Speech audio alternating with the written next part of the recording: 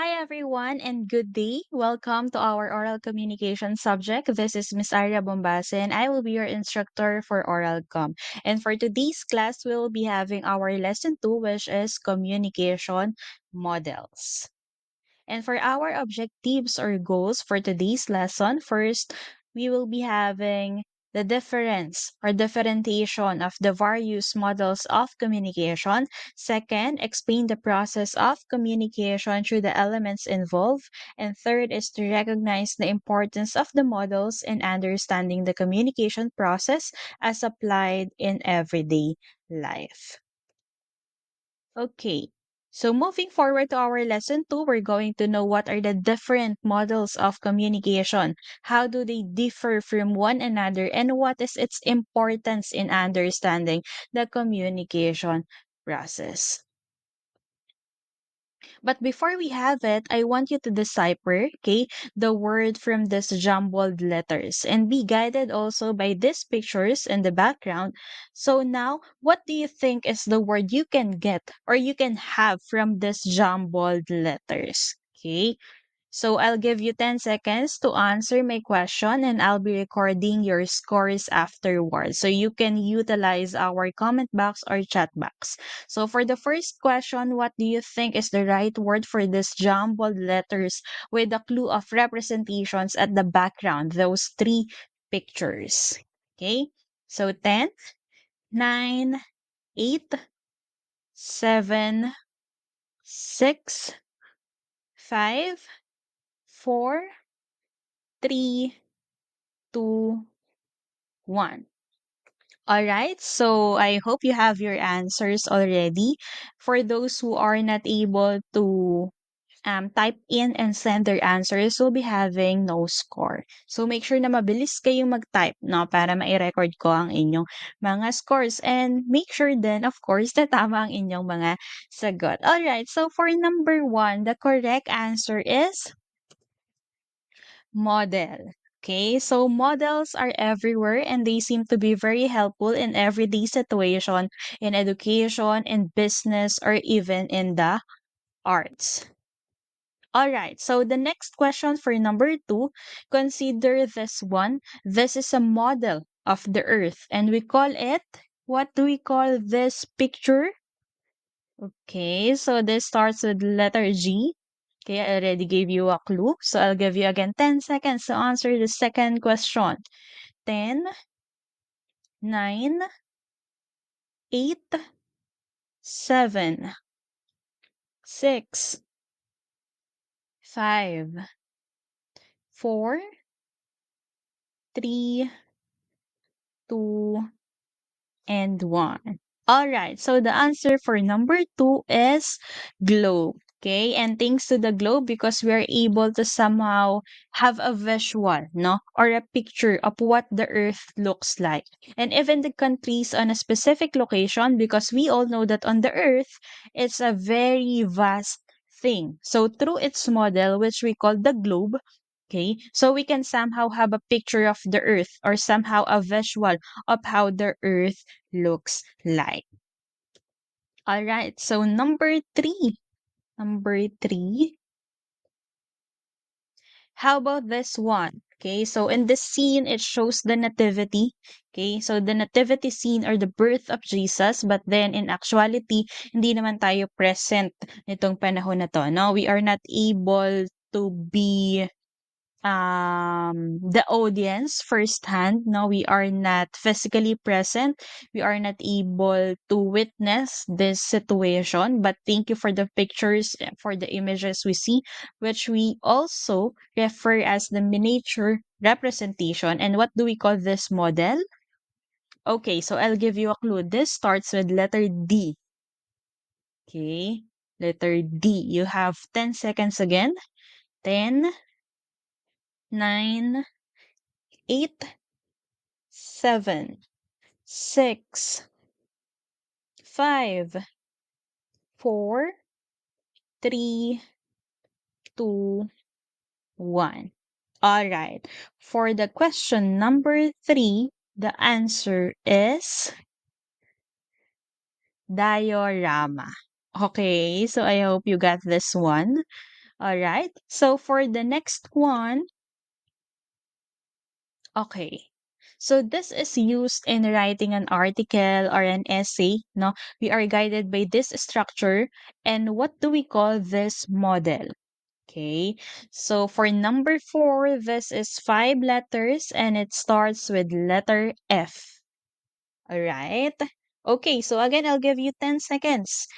10, 9, 8, 7, 6, 5, 4, 3, 2, 1, 0. All right. So I hope you have your answers already. Okay. So the correct answer for this one is format. Okay? So model din ito, no? Sa paggawa ng essay, sa paggawa ng article, kapag binibigyan kayo ng activity ng inyong instructors, so we are giving you a format or a structure on how to create or how should you do your essay. Okay? So the next one, okay, so this is a very easy. Okay? All right. So when you are being asked about having some people or a person whom you idolize, what do we call them? Or how do you call him or her? Okay. So for your clue, two words starts with the letter R for the first word and the second word starts with letter M. Okay. So you have 10 seconds again. 10, 9, 8, 7, 6, 5, 4, sorry, 3, 2, 1, 0. Okay, I hope you already type in your answers.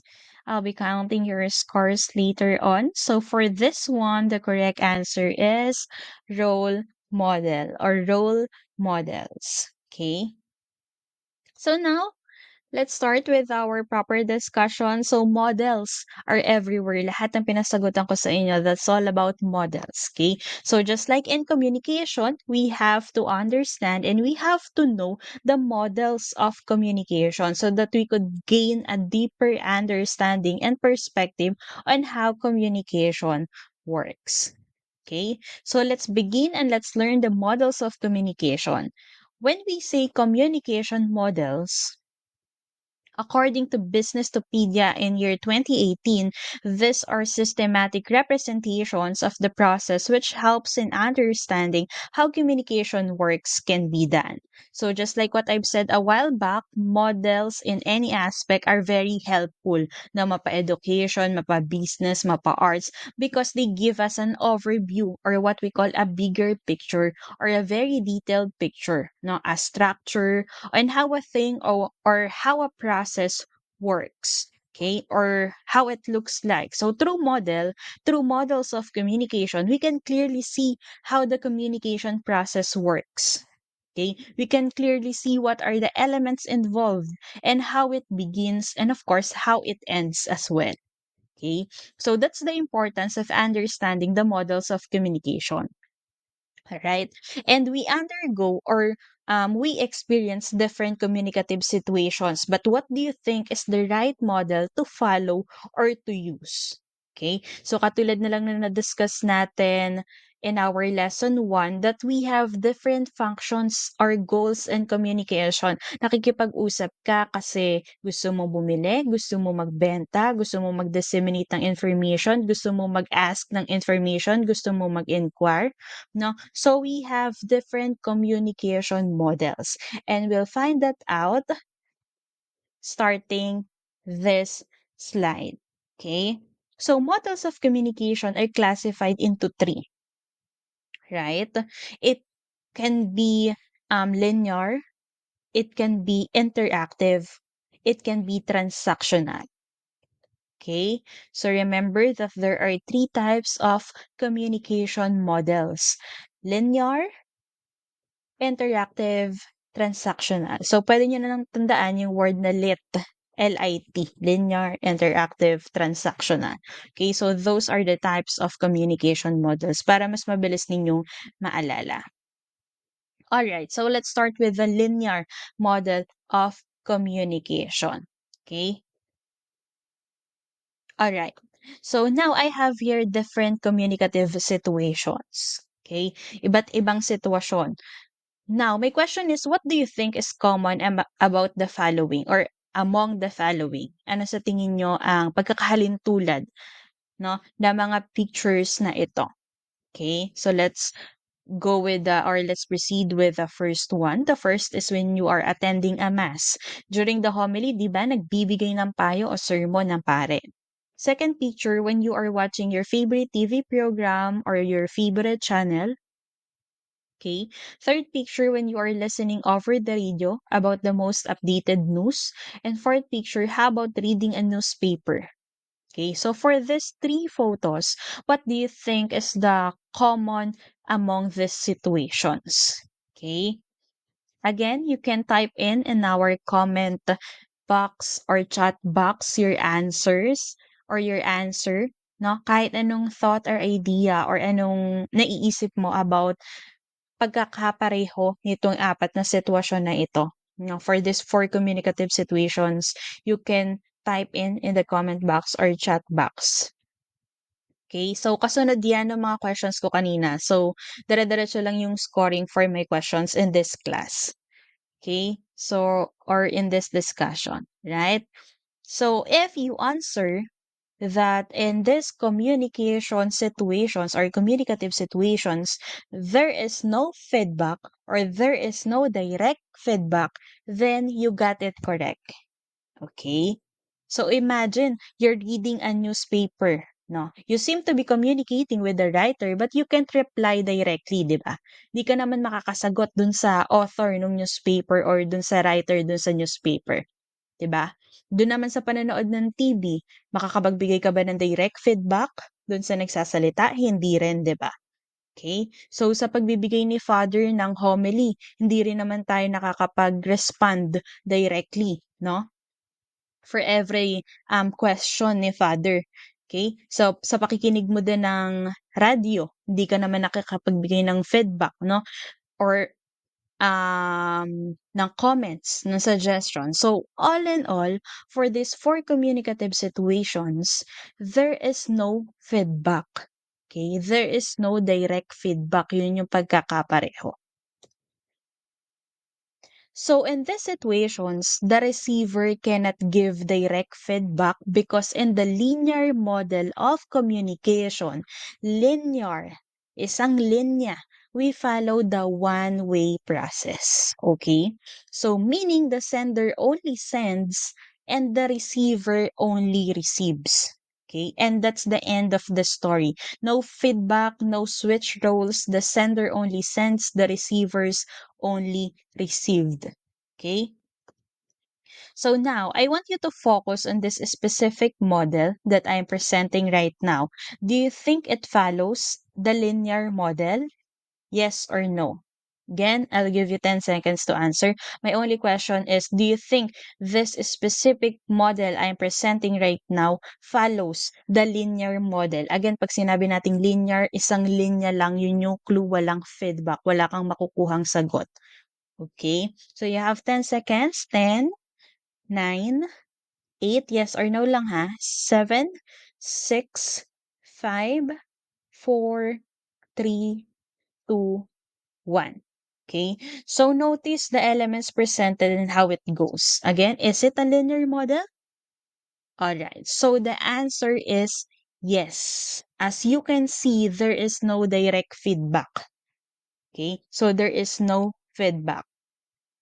It's a linear model of communication, and we can name this model as Shannon-Weaver model. Okay? So Shannon-Weaver model is under the linear model of communication.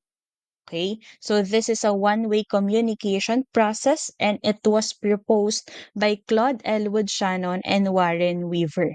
That's why it is called Shannon-Weaver model. So galing sa names nila. Okay? Again, it is called Shannon-Weaver model, and at the same time, this is the mother of all communication models.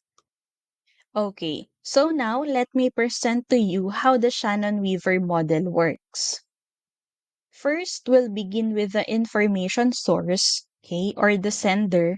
And after that, the message will be sent to the encoder, or the sender who will encode the message. Right? So, sumunod doon is yung signal, which will be sent to a channel. Okay? Remembering channel as the means or way on how you can send a message. But then, we must be careful because the noise source could somehow interrupt or interfere the transmission of the message from the source to the destination. Galing sa sender papunta sa receiver. Okay? So after the channel, there must be a received signal going to the receiver. Okay? Who will then decode the message, and lastly, to the destination. Once the receiver understands the message or read the message, ibig sabihin nun, that's the end. That's the destination already. Okay? So again, the example of linear model of communication is Shannon-Weaver model. So now, this is the second one, LIT or LIT, diba? We're done with the linear model. Again, what you have to remember is this is a one-way process of communication and there is no feedback. There is no direct feedback. The sender only sends the message, the receiver only receives the message, and that's the end of the story. Okay po. So the next one, the second communicative or communication model is the interactive model of communication.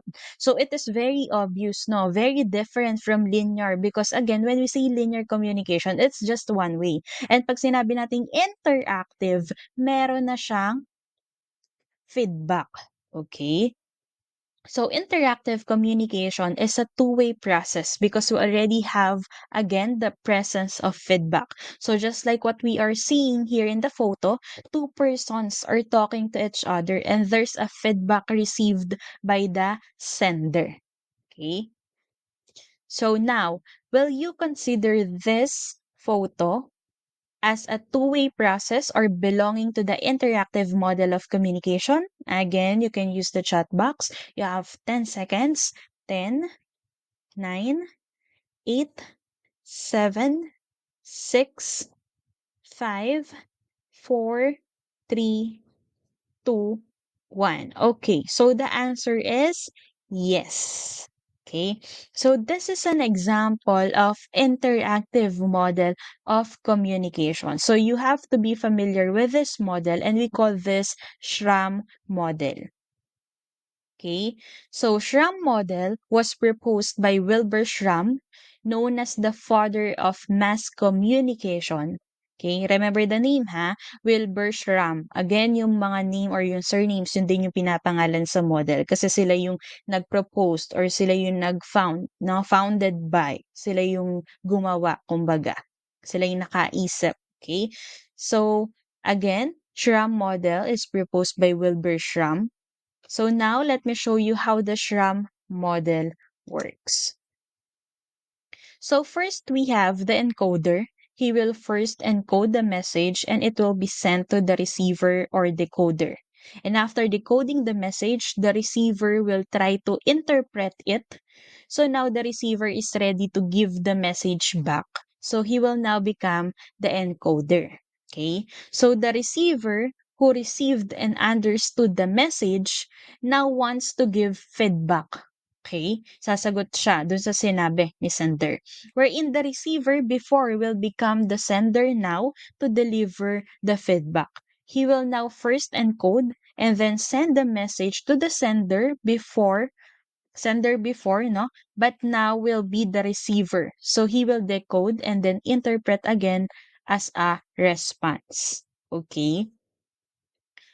And then, ikot-ikot lang yan. Then, encode again, send the message, interpret, and encode, and the cycle goes on, making it an interactive process, making it a two-way process. Okay? So, the Schramm model is an example of an interactive model of communication because of the presence of the feedback. Okay? So, another concept thought to us by Schramm in his model is the term field of experience. Because according to Flores in 2016, what is field of experience? It is everything you've ever learned, watched, seen, heard, read, and studied that makes you unique. Okay? So let's make it this way.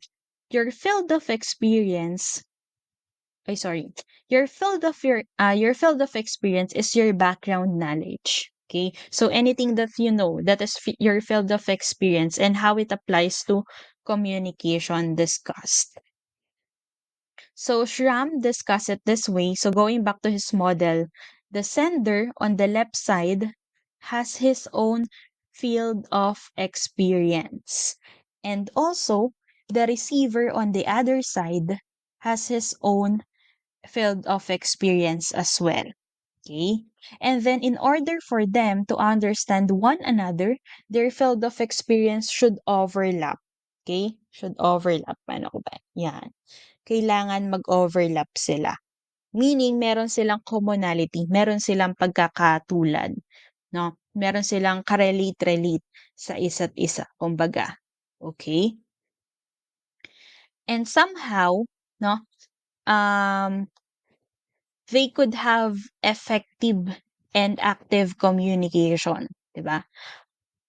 For our situation, for example, kapag ikaw ang kakwentuhan mo ay meron kayong, pagkakatulad, halimbawa ay mahilig din siya sa sports at ikaw ay mahilig din sa sports, nagkakaroon ng participative communication, 'di ba? Hindi lang siya matatapos sa yes or no, or hindi siya matatapos sa tango, 'no? Laging merong feedback kasi meron ka ding mai-she-share about sa sports. Meron kayong pagkakahalintulad, meron kayong commonality. So that's the field of experience we are talking about here, okay?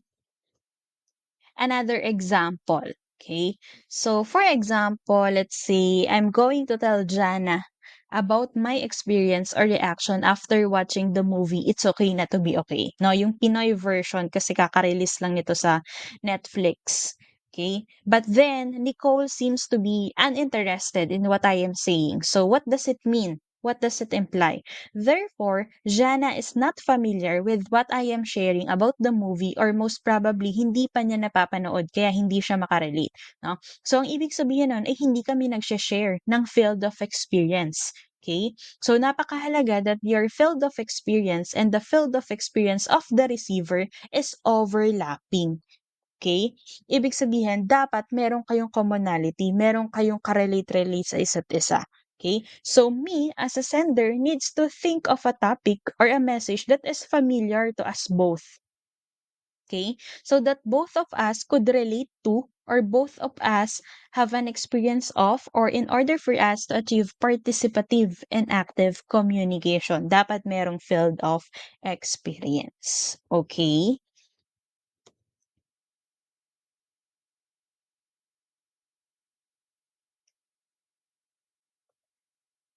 Alright, so the overlapping part is the field of common experience. Alright, so we are on our third communication model, which is transactional model of communication. That's the letter T in LIT or LIT. Again, L for linear, I for interactive, and T for transactional model of communication. Those are the communication models. So now we are in our last no, model of communication and that is transactional. Okay? So, meron pa bang questions dito sa ating second model? Dito sa ating interactive model? Meron pa ba kayong tanong? Okay, sige. Magbigay na lang ako ng isa pang example, no? Kung medyo hindi pa clear ang ating interactive model of communication. To make it clearer, I'll give another example. So let's say Anna is the sender and Mark is the receiver. Okay? So Anna initiates a conversation with Mark regarding Nutrition Month activities because we have this, no? Kakasend lang or kaka-notify lang ng ating coordinators about the Nutrition Month activities wherein we will be having slogan and poster making. So if you are interested, you can message your advisors or your advisor about that. Okay, so let me continue my example. Again, Anna is the sender and Mark is the receiver. So, for example, Anna initiates the conversation with Mark regarding, again, Nutrition Month activities. So, since Anna is interested in joining poster making and Mark is an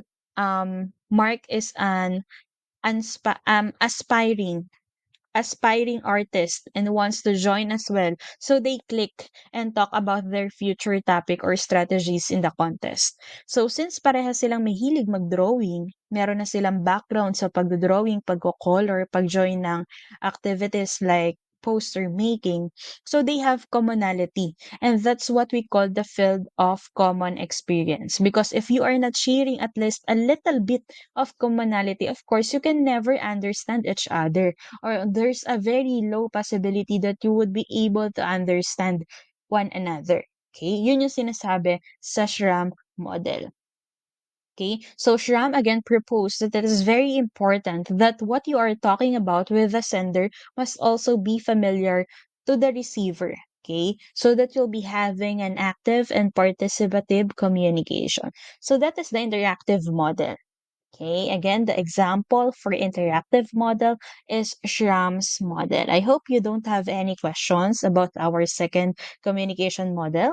We'll then proceed with the third one, which is the transactional.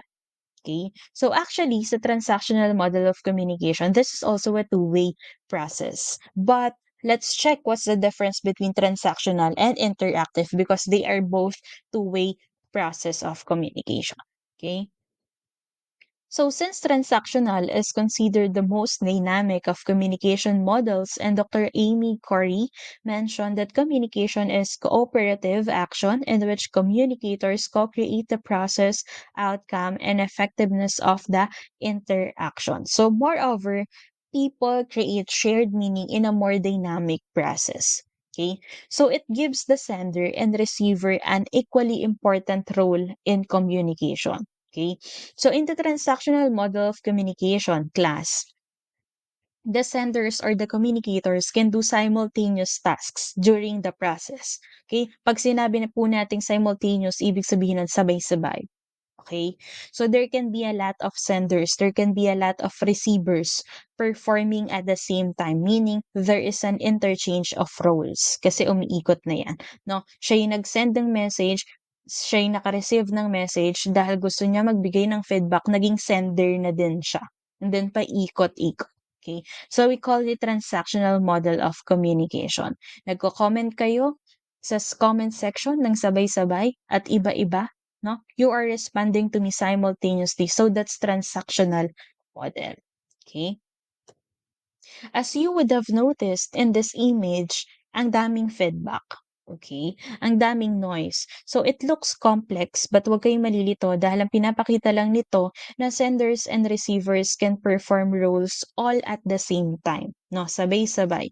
Yung mga sender pwedeng maging receiver, yung mga receiver pwedeng maging sender kasi nga meron ng feedback. No? Kaya nag-change sila ng roles. Okay? Take note that all of this are happening at the same time, meaning, again, maraming feedback, maraming nakikipag-usap, which falls to marami ring posibleng maging problema, no? Kung makikita nyo dyan, maraming noise source, no? That, of course, could interrupt the communication process. Okay? So, let's take, for example, what we are doing right now. Again, I am basically the sender. I am the one who gives you the information, right?